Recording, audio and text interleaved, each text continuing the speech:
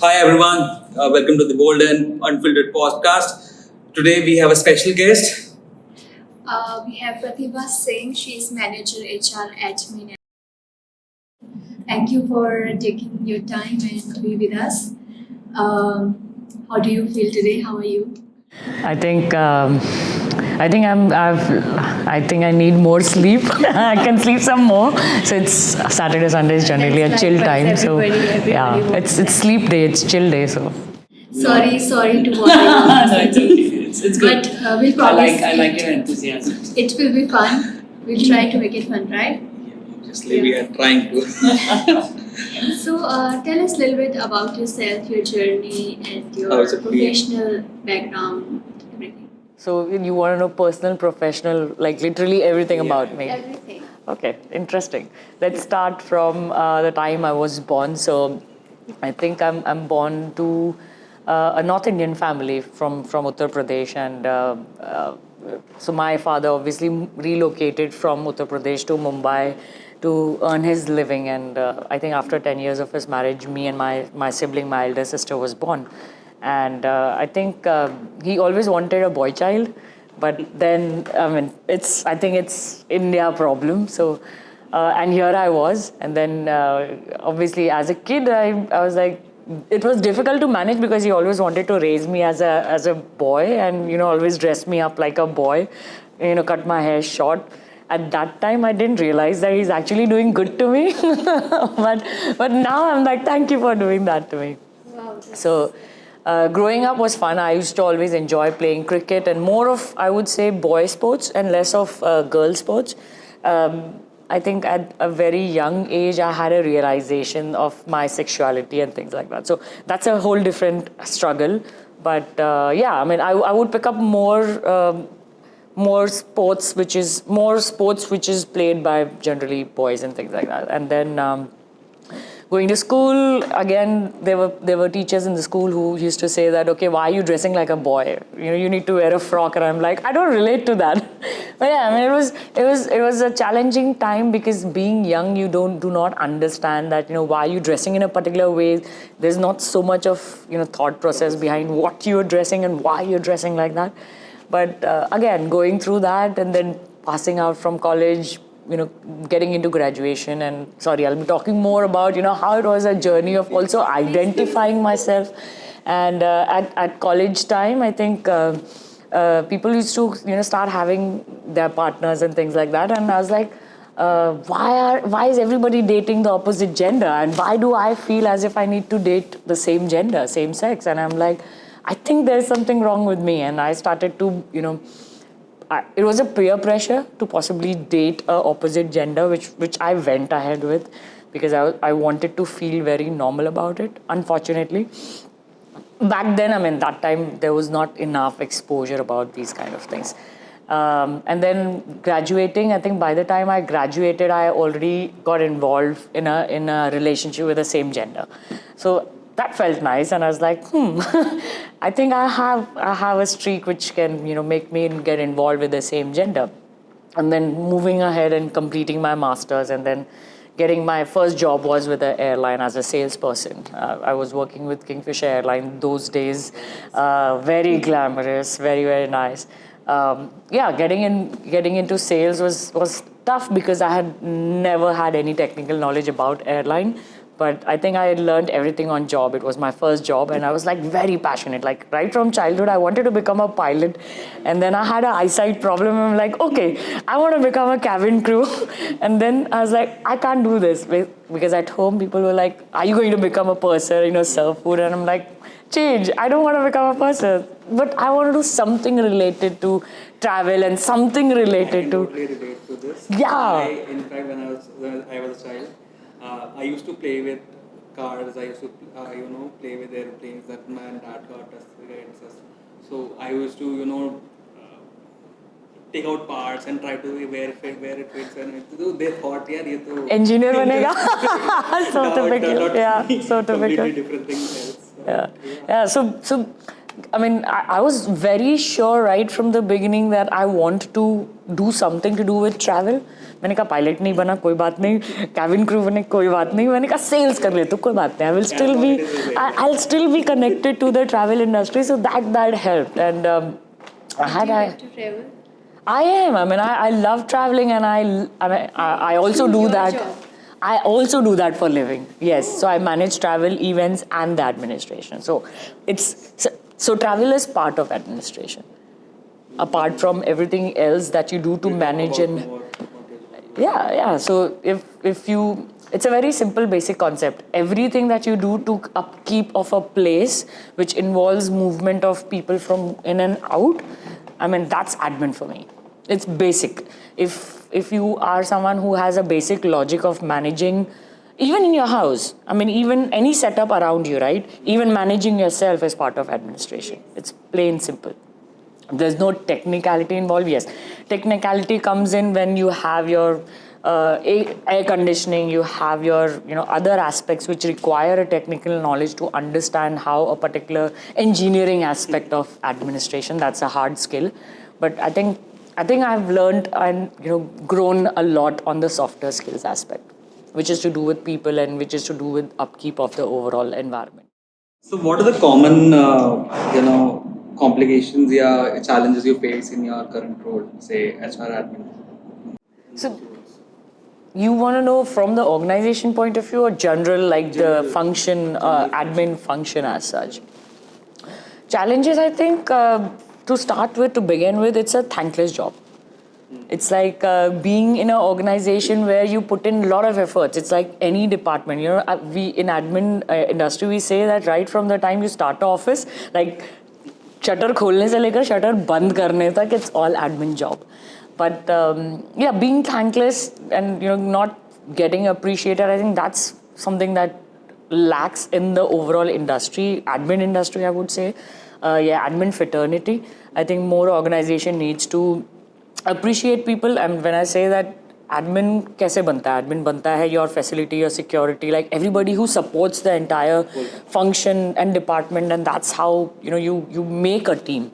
And it's not just admin department में 3 लोग and 4 लोग and that's an admin team. It doesn't work like that. Admin is never complete without the support of everybody who's helping you to upkeep of everything, whether it's an air conditioning guy or someone who's cleaning the washroom, literally everybody. I think it's more important to even have them, bring them up also and appreciate them and thank them. I mean, they literally do everything for you so that you just walk in and walk out of your space that you get in. So appreciation is something which I think is lacking. Next, I would say, what made you choose this? If you're saying it's a thankless job, right? But you also have a keen interest towards it also. Correct. So I think when I started with travel, where I used to just take care of travel management of an organization. So for me, it was like making Achal enjoy travel from A to B location, and that's it. But slowly, because I started getting involved into events, and events again is a thankless job. So people start, appreciating you for taking care and making all the arrangements. But I think later, slowly, I started getting involved even in general administration. It's a very natural instinct that anybody has. Like even when you walk into your house, you want your house in a particular way because it's very basic logical thinking. So once you are part of a good space, like even in this space, you see everything which is very organized. And imagine tomorrow you walk into a space and things are not organized. You'll be like, why am I in this space? So I think I got more interested to upkeep the place and understand people, be more providing in terms of their needs and things like that. So sooner or later, yes. I think it comes also from a personal place where you would want to go ahead and expand yourself and expand how you think and reach more people. I think for me, networking and building on that is very, very important. So hence I chose administration. And as in when you grow, with the experience, you forget that you even need appreciation. For you, then I think the connect becomes more important. Then at least in my case, I look forward for, meeting possibly more people where I can network, or I can talk and I can understand that, what your thought process is, so that my thought processes increases. So it's more to do with how I can expand my brain or thoughts or things like that. That's great to hear, actually. Thank you. That's why I think you are in this department. Yeah, it helps. It requires that. It does. Nobody can do that, right? It does. I mean, I think it comes with a lot of age and experience. You after a point, you do not crave for appreciation, or you don't crave. You just feel that, okay, it's like being in a relationship. You give your 100%. What the other person is doing is not your problem. You give your 100%. So I think interesting. Let's do it. In general, Regarding नहीं relationships. no, not this relationships, but to keep expectations from people. It's in general life a long problem. I think expectation. You're saying, do I keep expectations? In general, People keep expectations from me. Okay, next question is, what is the evolving role of admin, as we say HR is now evolving in the modern workplace, into the modern work? How is admin evolving as compared to HR also evolving? Is that what you're trying to ask? Interesting. The thing is, in HR, I feel how much I understand so far that for me, I think we are still at the same level of, or rather in a box and closeted and, not thinking out of the box.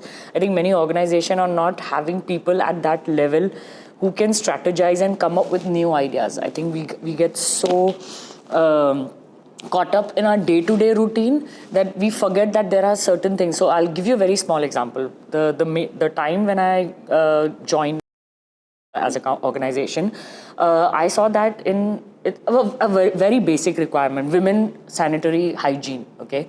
And I was like, okay, there are women, like we have 50-50 ratio of women in the organization, like 50 men and 50 women, 50%. And I was like, this is a good number, and it's rare to achieve in today's day in most of the organization. And having a 50-50 percentage achievement of both the genders is like thumbs up.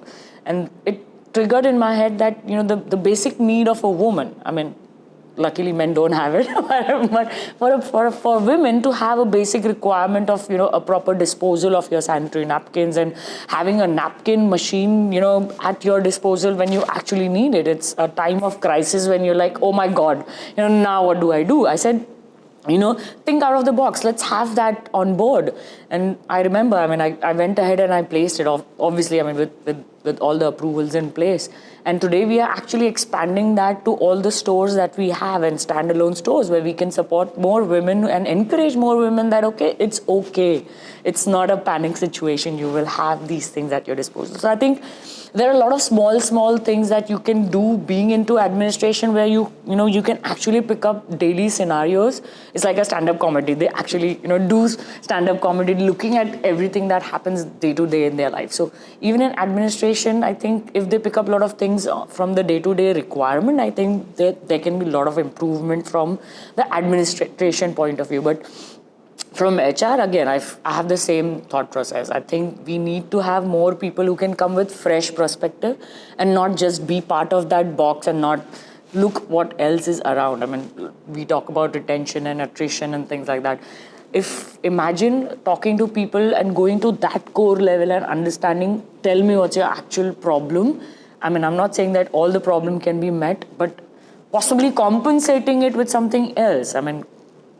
You can always have solutions to the problems. Not meet the exact solution or exact problem, but if you can come up with something, then why not? You will possibly the entire attrition. This is coming from a non-HR person, but at the same time, there's always a solution. You can always work through something. So I think there's still a lot of time. We need more Gen Zs and more people who would possibly come up with new ideas and new thought process to change something which is going on and on and on for a very long time. That's where I have a question. You have this power to do all these that you did right now. I try. So how HR and admin, I do not get the difference. as in you're saying, how is admin related to HR admin manager. So And how there- does that make you into HR or admin? Like it's a separate departments, but how they are related? Interesting. I mean, it's So- a stupid question. It's a good question. I'll tell you why. Majority of the organization, the admin either reports into finance or reports into HR. So either or. So both are, I would say, finance is more because everything is connected with the controlling of the budget and things like that. HR because everything is more to do with people connection and things like that, right? And admin is something which is in the center and can be connected to both. For me, it's interesting because earlier organization that I was with, it was reporting into a finance, and this organization, it's reporting into HR. But I look at it as an opportunity where I'm like, okay, being in HR, being in admin, I can still do a lot of things which is related to HR, which is like diversity and inclusion.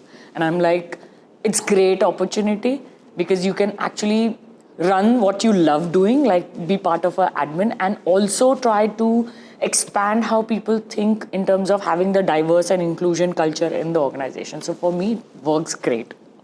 Nice. Yeah, it's not restricted. And why should we even restrict? I mean, tomorrow if I feel like being part of any other department and still able to contribute doing what I'm doing already, I think it's a brain stimulating thing for me. I mean, I'll be more than happy to expand myself and gather and learn more. Why not? Like DNI is a very growing focus in HR, and not just HR, in an organization practice, you can say it is very important. Now that we have Gen Z coming into picture, like उनको कि हाँ diversity चाहिए, उनको सब कुछ चाहिए, सही हो गया. And how do you as a diversity, and inclusion, what do more contribute towards your role or HR function? We have touched upon very briefly. We won't want to go in much. I think this topic is very, very personal and very, very close to my heart because coming from the LGBT community and facing challenges at work where people do not want to identify you, or they come from a place of identifying you in a certain way in their head. So then that becomes a challenging aspect for someone who's from the community because there is a clash in terms of the communication. So for example, if you assume that, okay, I'm a certain way or I should be in a certain way and it causes discomfort to you, then I think it's become my personal agenda that I need to spread the awareness. That why it's, and I also feel that I cannot blame the person of not knowing because have we done enough to a person from the LGBT community, have they done enough to make them understand that this is who we are. And you can't say you don't know, like how can you not know. I'm saying that also take the responsibility of spreading that awareness. So when it comes to diversity and inclusion, I think I was very happy, joining my organization because I knew that we are already on a 50-50 percentage of the gender inclusion, having women, 50% women and 50% men. And I'm like, what is this organization missing? And then I was like, okay, diversity and inclusion is something that people are possibly not aware of at various levels. And, stepping into an organization and telling them that this is who I am and it's normal. And also introducing them to my partner and getting my partner to work, saying that, okay, this is my family. It doesn't look like, what you think, but this is my family and this is normal for me.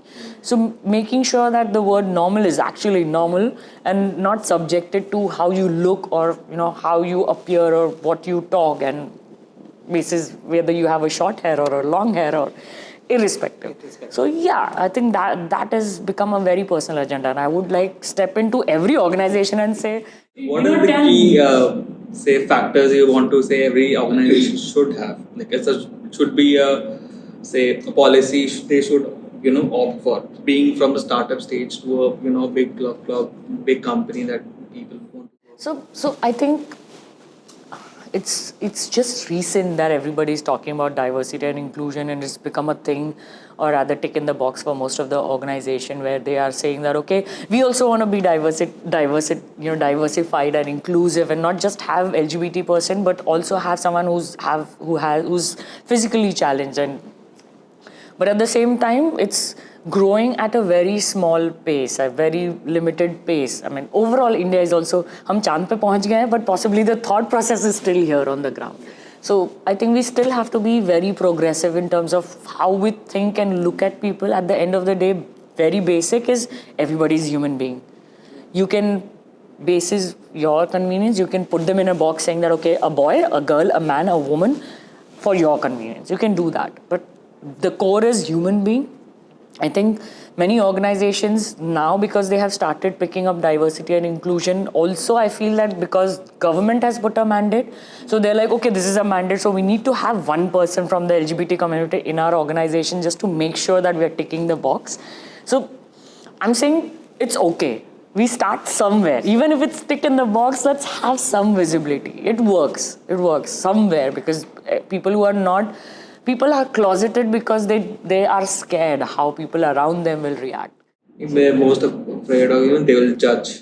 Absolutely, absolutely. And I think in my current organization, I had, after obviously being there, I had so many people actually walking up to me saying that, listen, I had an experience and this is how it is. It's a safe space where they can actually look at you and relate to you and feel that, okay, it's normal and it's something that they can come up and walk up and tell you. They might not do this with a normal person and saying that, okay, this is how I feel, but it's okay to relate to someone who's out there.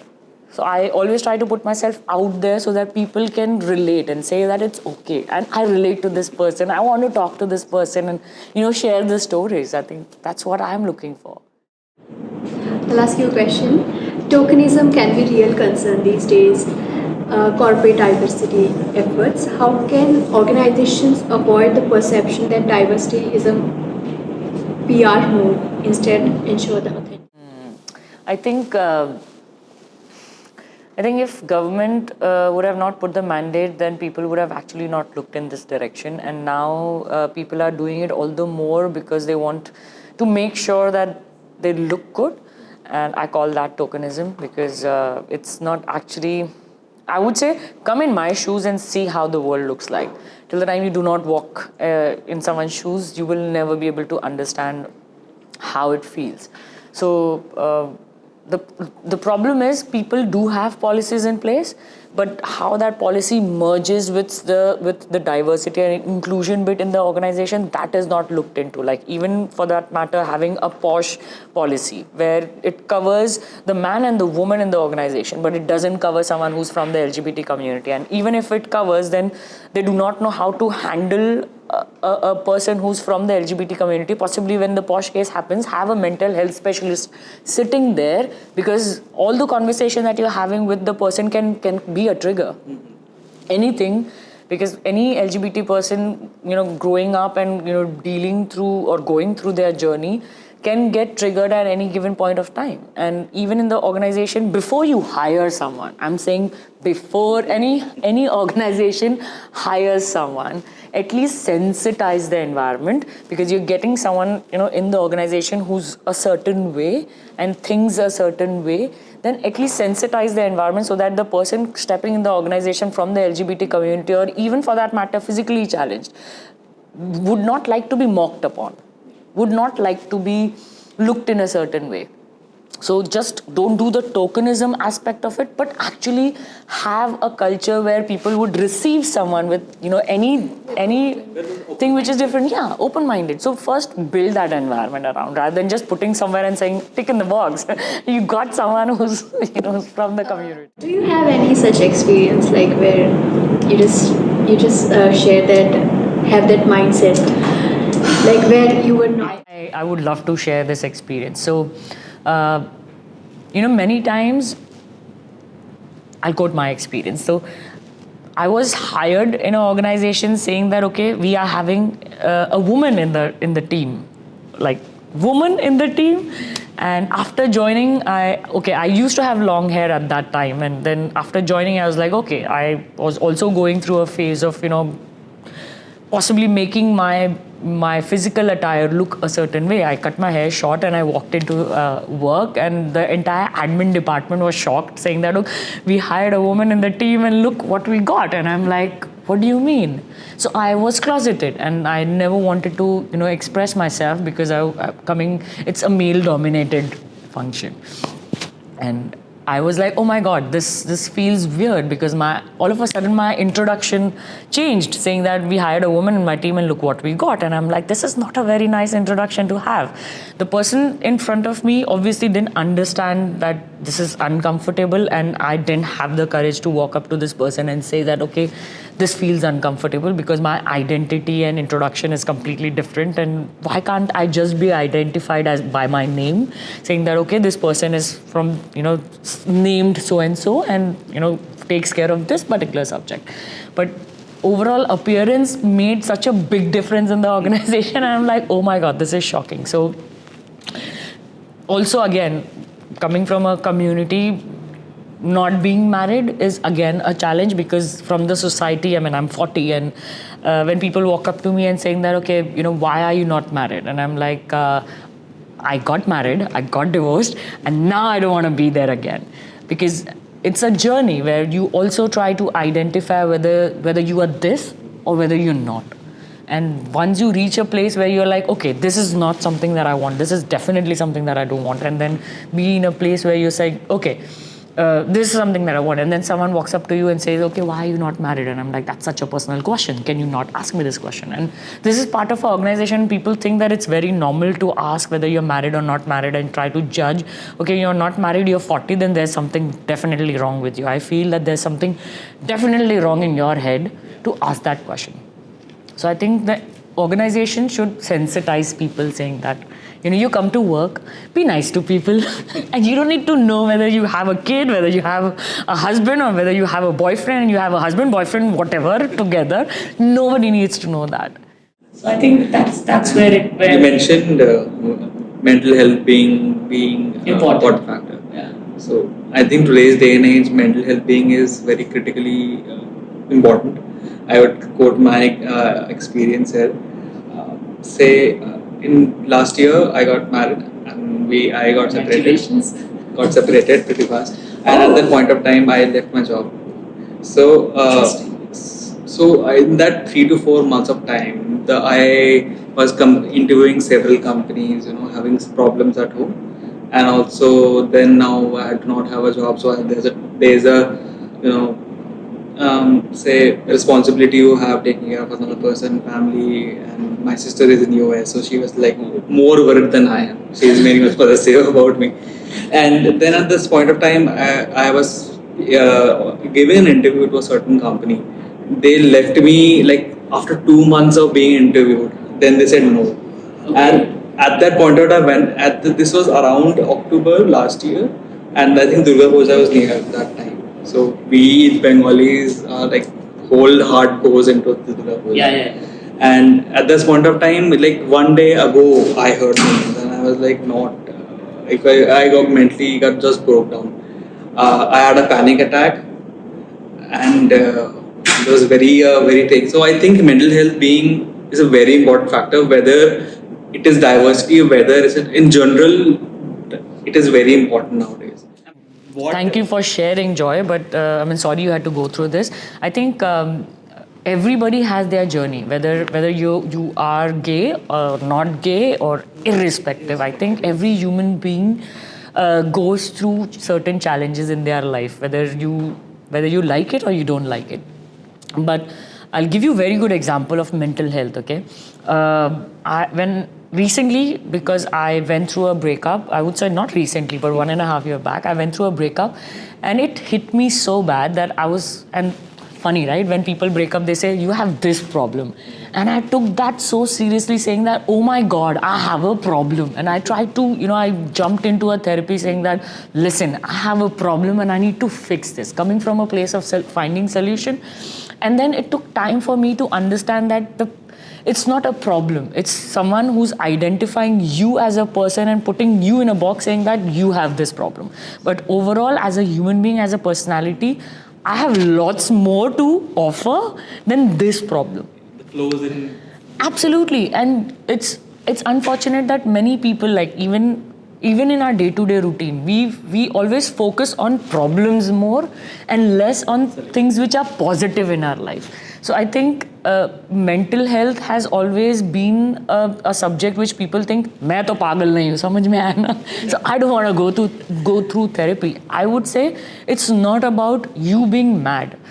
For me, going through a therapy and talking to my therapist, and then, there came a point where I was like, my father rejected me as a girl child, and hence as a personality, I was fearing rejection. But because I went through a therapy, I understood and I realized that if I walk up to my father and fix this problem which is coming from childhood, I did that. I walked up to my father and I said, Dad, why did you reject me when I was born as a girl child? He's like, I'm sorry I did that when you were born. It was me not having mental health support, at that time. Hence, I reacted in a particular way. And that hit me hard, saying that, yes, we have in today's world a mental health support. But imagine our parents' time. They would be in a certain way because they have... Yeah, I'm saying that they are carrying it from their parents to be in a certain way. I would say it's our responsibility as a generation, for that matter, any generation, that if you feel that your parents are a certain way, I would say they can take mental health support, but if they are not, then you take that support and, bring in that change in that generation. Bring in that change in the thought process, where you don't feel that, okay, my father, my parents did this with me. I'm saying you bring that change. You try to understand why they behave in that certain way and, possibly bring a evolution, change everything. Change the humanity. It is possible, but that will come from a place where you understand that mental health will only do good to you. Yes.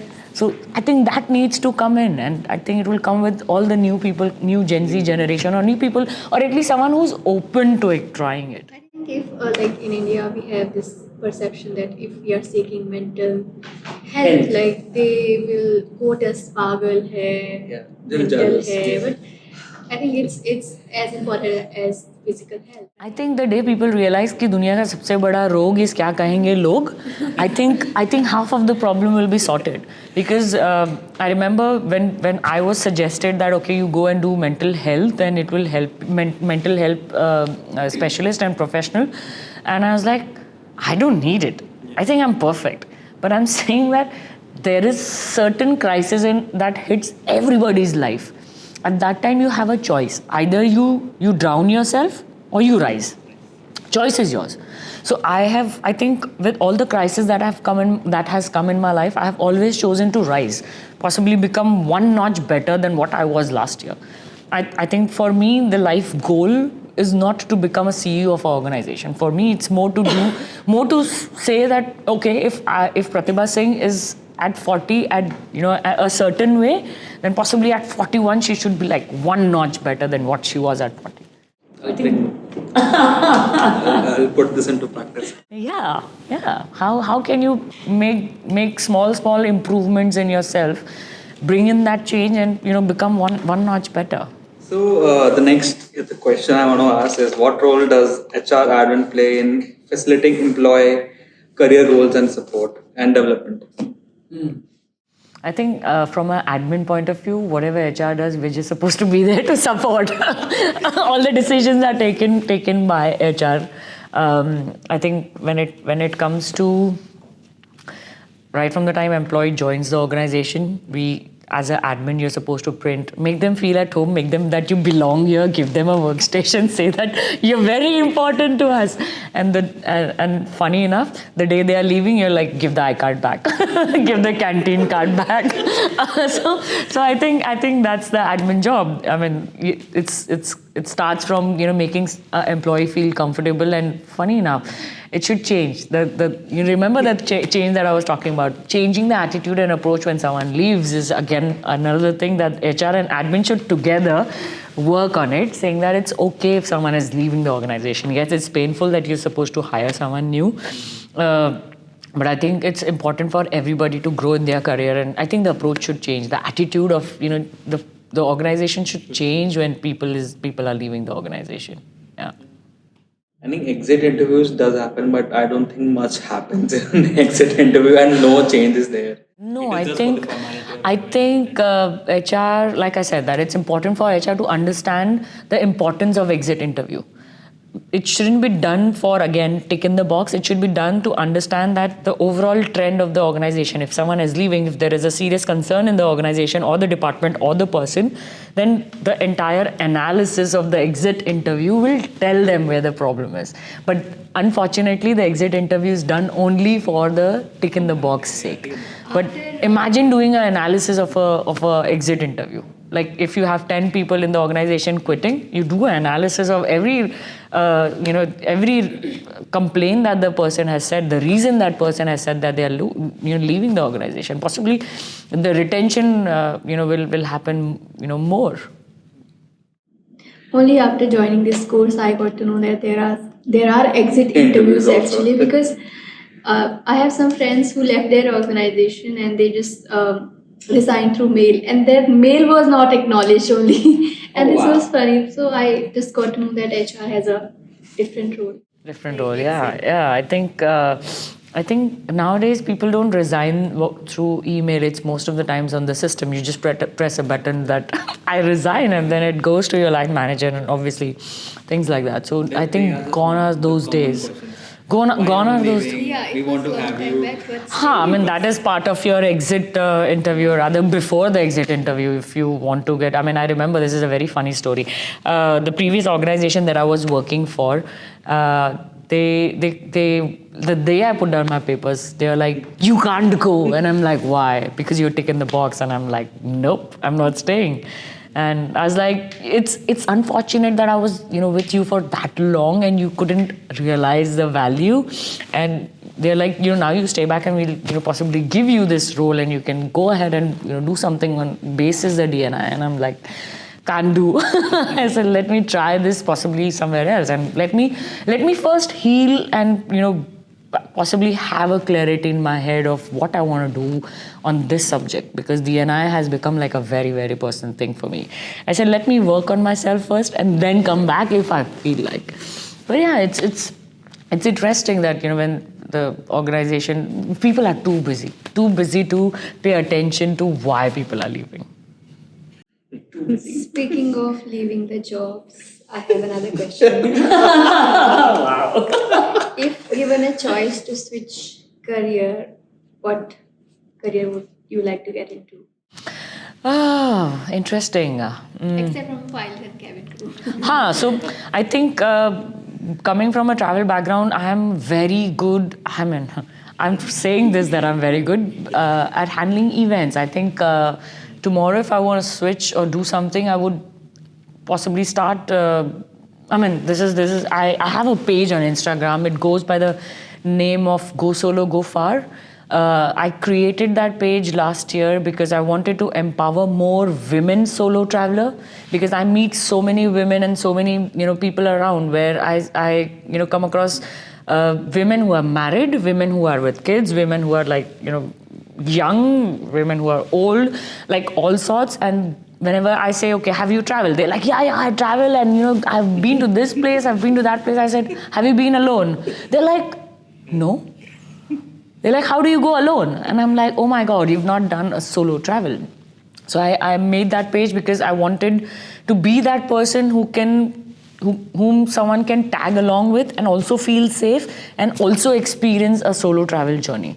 So I think something on these lines, or maybe starting up a own event company where I'll be like, let's, whatever you want, whether it's a corporate, whether it's a wedding, like hands-on with things, right from, I believe in detailing. So I enjoy detailing a lot. Like if you are doing a wedding planning, I think I'll be like, I will start from here. And so it's interesting. I literally I think I'm gifted like that. I feel that I can literally be the person who's walking through the entire event and literally seeing everything that comes or that becomes a part of the event. So I can add that value.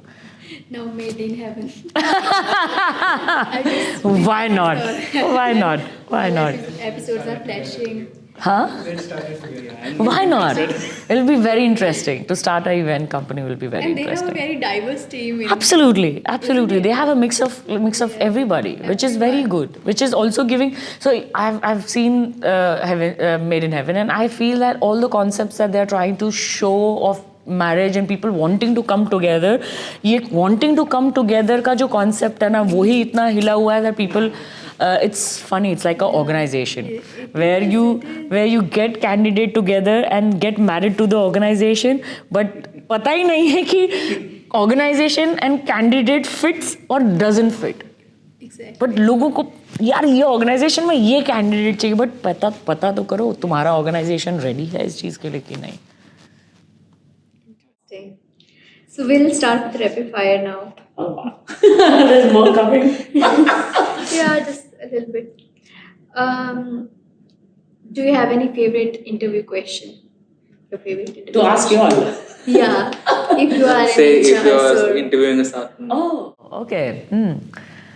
I think I would want to know what the goal is for that person. Why, what personal goal and professional goal.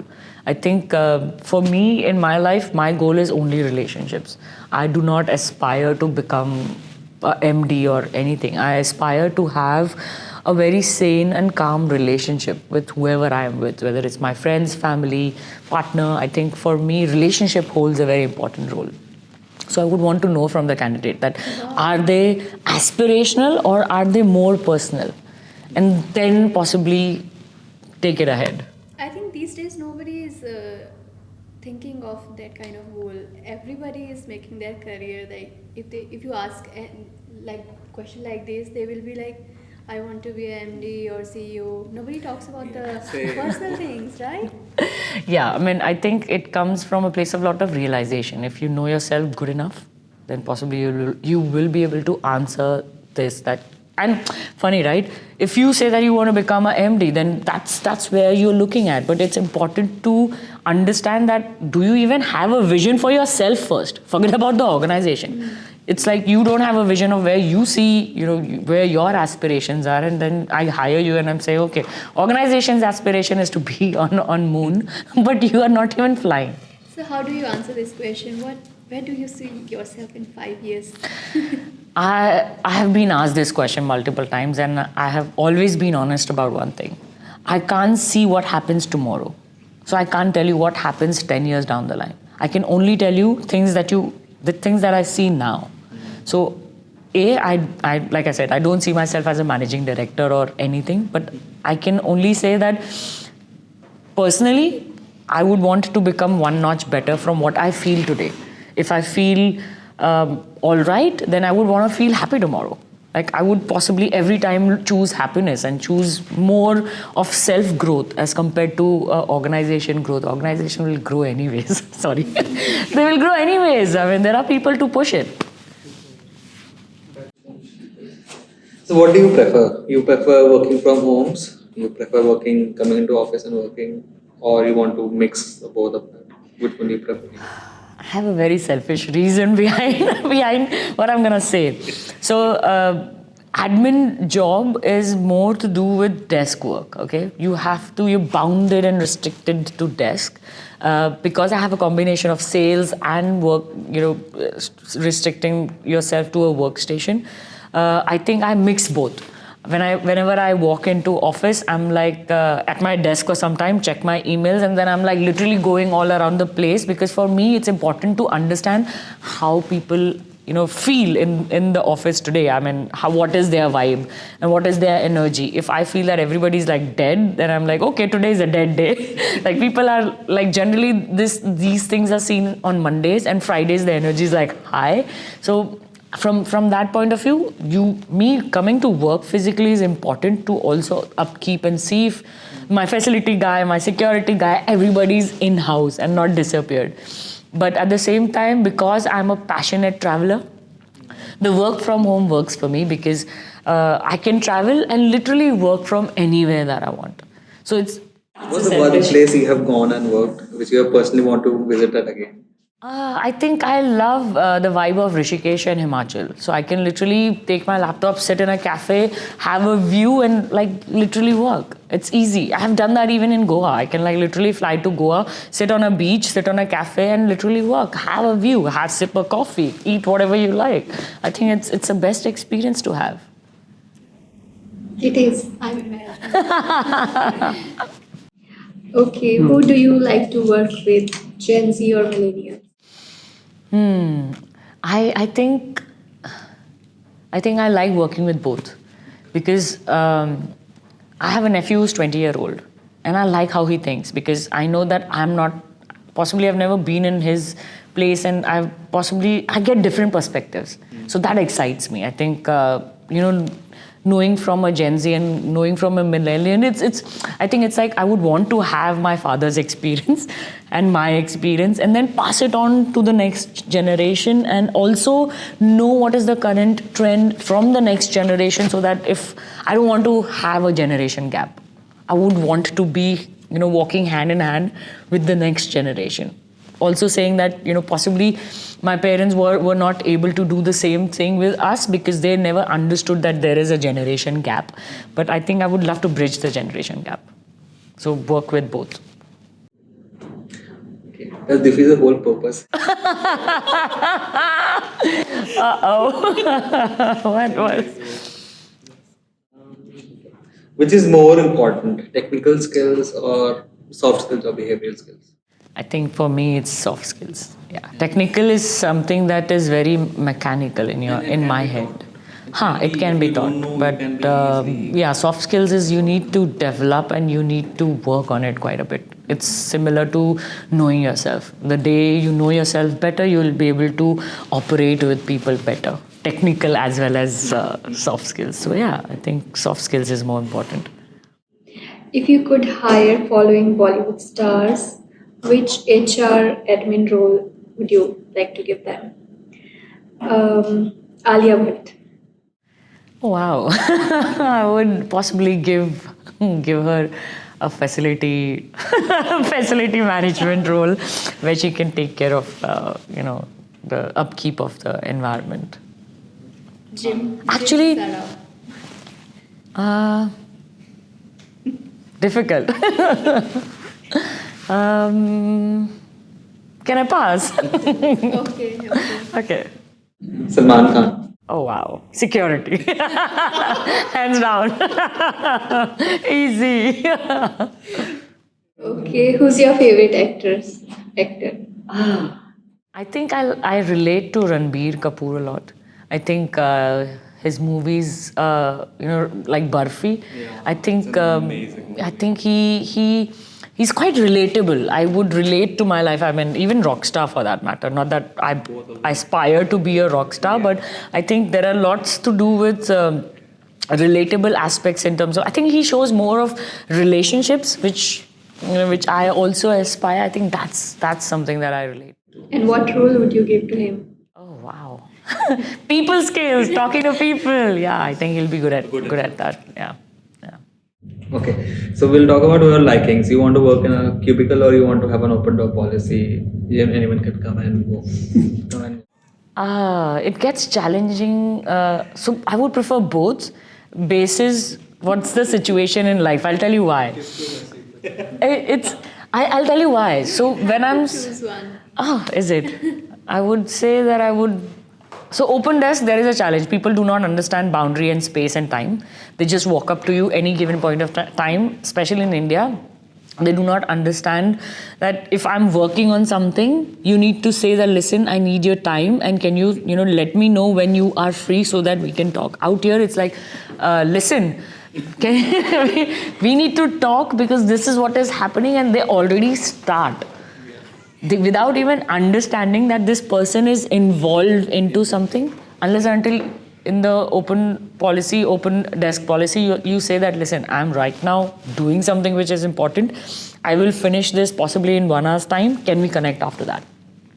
So I think that is the challenge with open desk. So having a meeting room or having a cubicle will be better. Not all the time. That gets very isolating also. But yeah. Favorite office snack? I think peanut butter sandwich. Yeah. You want, say, you prefer emails or a quick chat over the phone?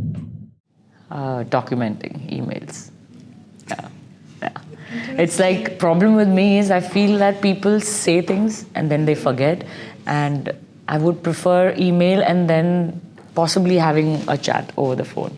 But at least I like documenting. For me, everything is like black and white, and it comes from experience.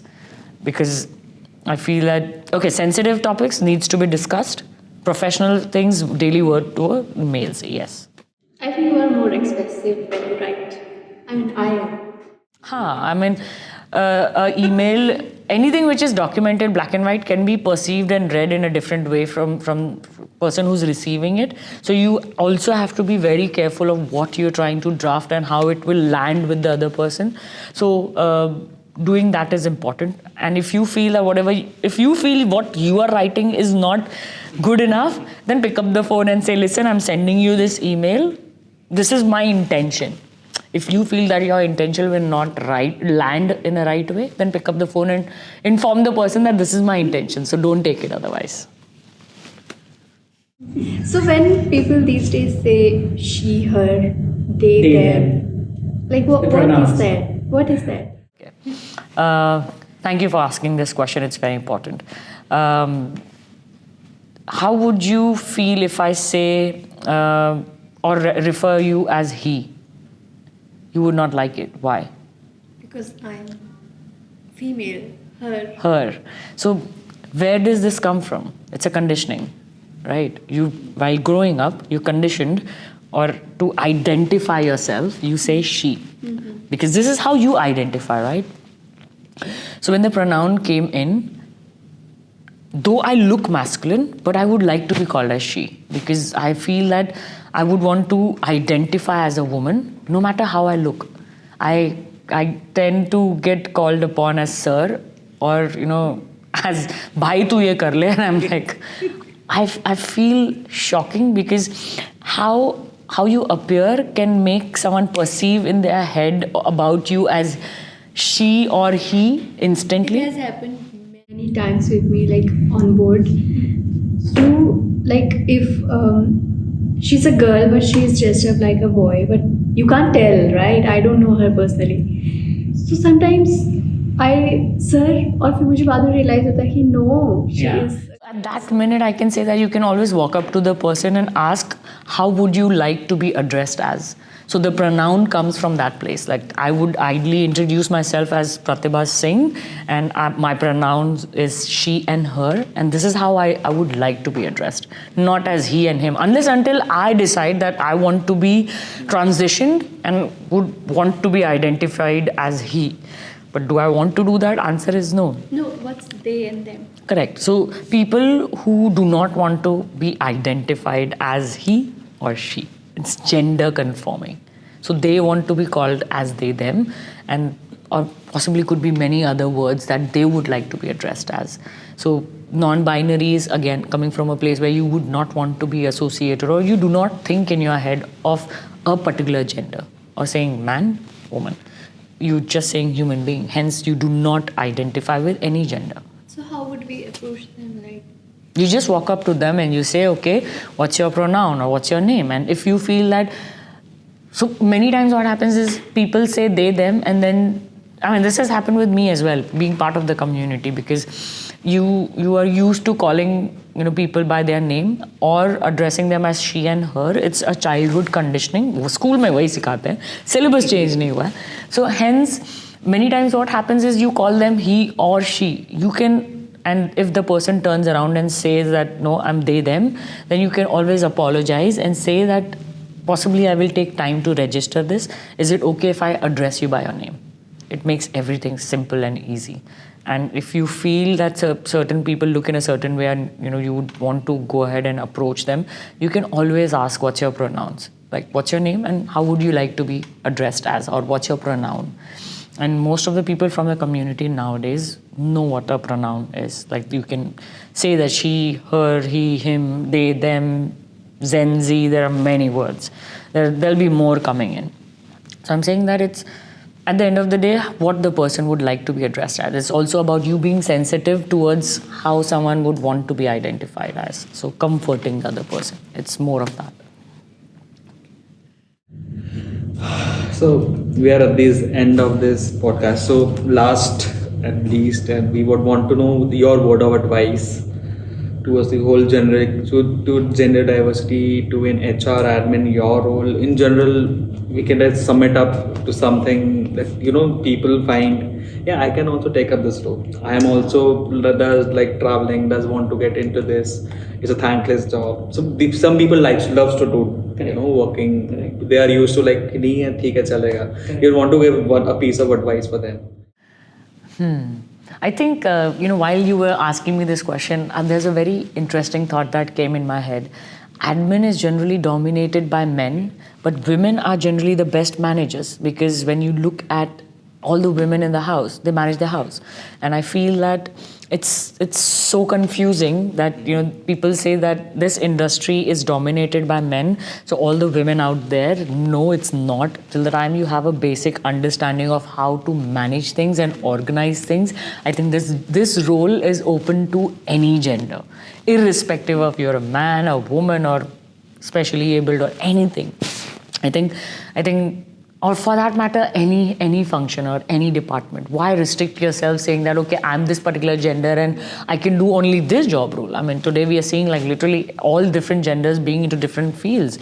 And bring in new things, think of things which is out of the box, and bring in the change. You be the change and then bring in the change. I think the world needs more people who are thinking in an evolutionary way. I think we need more progressive thoughts. We need people around. We need awareness so that people around can, understand that what's the gap. And if they are able to, if people are able to spread the awareness, then I think we are progressing. We'll be a very progressive country. We are moving in that direction. So that's my message. Okay, so we'll wrap it up. Thank you once again. Thank you for having me. Thank you. It was a pleasure. It was very insightful. Thank you. Taken. Thank you so much.